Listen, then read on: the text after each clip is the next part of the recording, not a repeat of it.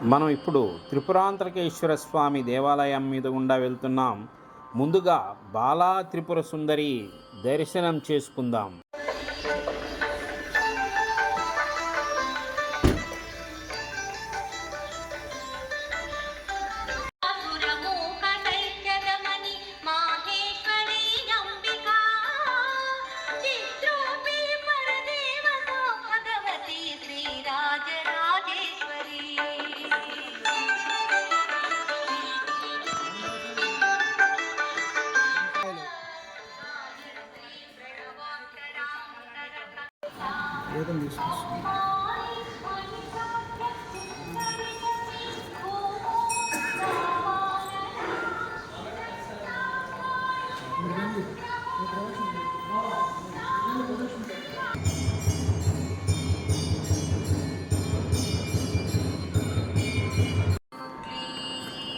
ఇచ్చటనే నేడు గర్భగుడిగా చెబుతున్న దివ్య ప్రదేశంలోనే శ్రీ బాలా త్రిపుర సుందరి ఆవిర్భవించిన చిదాగ్నిగుండం.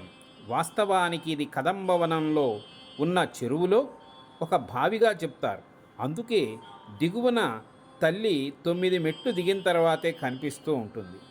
101 శక్తులు నిరంతరం అమ్మని సేవిస్తూ ఉంటాయని శ్రీశైల ఖండంలో వ్యాసుల వారు తెలిపారు.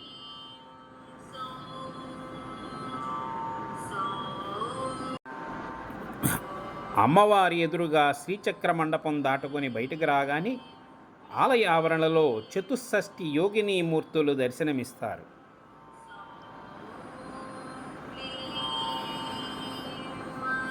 ఇవి తవ్వకాల్లో బయలుపడినట్టు చెప్తారు.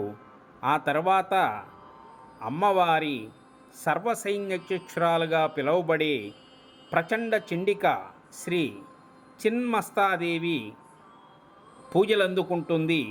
ఆమె మహాశక్తి కలిగిన తల్లి.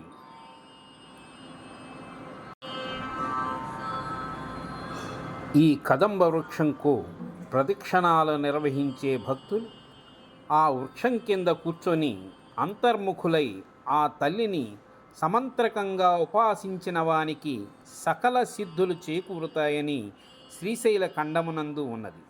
సామాన్యులైన వారు లలితా సహస్రనామం, బాలా త్రిశతి మొదలగు స్తోత్రములు ఈ వృక్షం కింద కూర్చొని చేసుకొని సకల కోరికలు తీర్చుకుంటారు.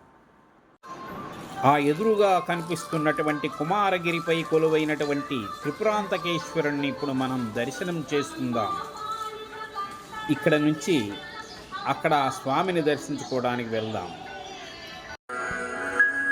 శ్రీశైలానికి తూర్పు ద్వారంగా విరాజిల్లుతున్న త్రిపురాంతక క్షేత్రం శైవ శాక్తేయాలయాల్లో అతి పురాతనమైనది. త్రిపురాసుర సంహారం ఇక్కడే జరిగింది. ప్రపంచంలో ఏ దేవాలయమైనా తూర్పు ఉత్తర ద్వారాలుంటాయి. కానీ ఇది రాక్షసాగమం ప్రకారం దక్షిణ ద్వారం గుండా అంటే నైరుతి ప్రవేశం కలిగి ఉంటుంది. ఇక్కడ ధ్వజస్తంభాన్ని పునర్నిర్మిస్తున్నారు. శ్రీచక్ర పీఠంపై నిర్మితమైన ఏకైక శివాలయం త్రిపురాంతక క్షేత్రం.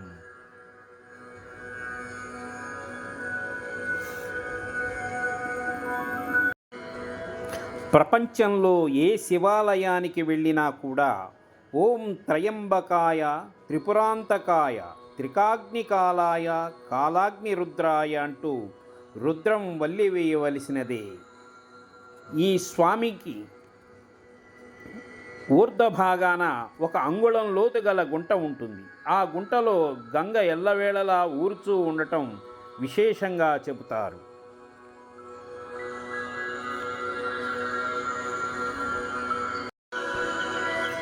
ఈ క్షేత్రం ప్రకాశం జిల్లాలో ఉంది.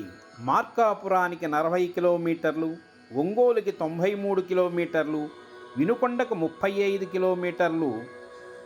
ఇది శ్రీశైలం వెళ్ళే దారిలో కుమారగిరిగా పిలువబడే కొండపై దర్శనమిస్తూ ఉంటుంది.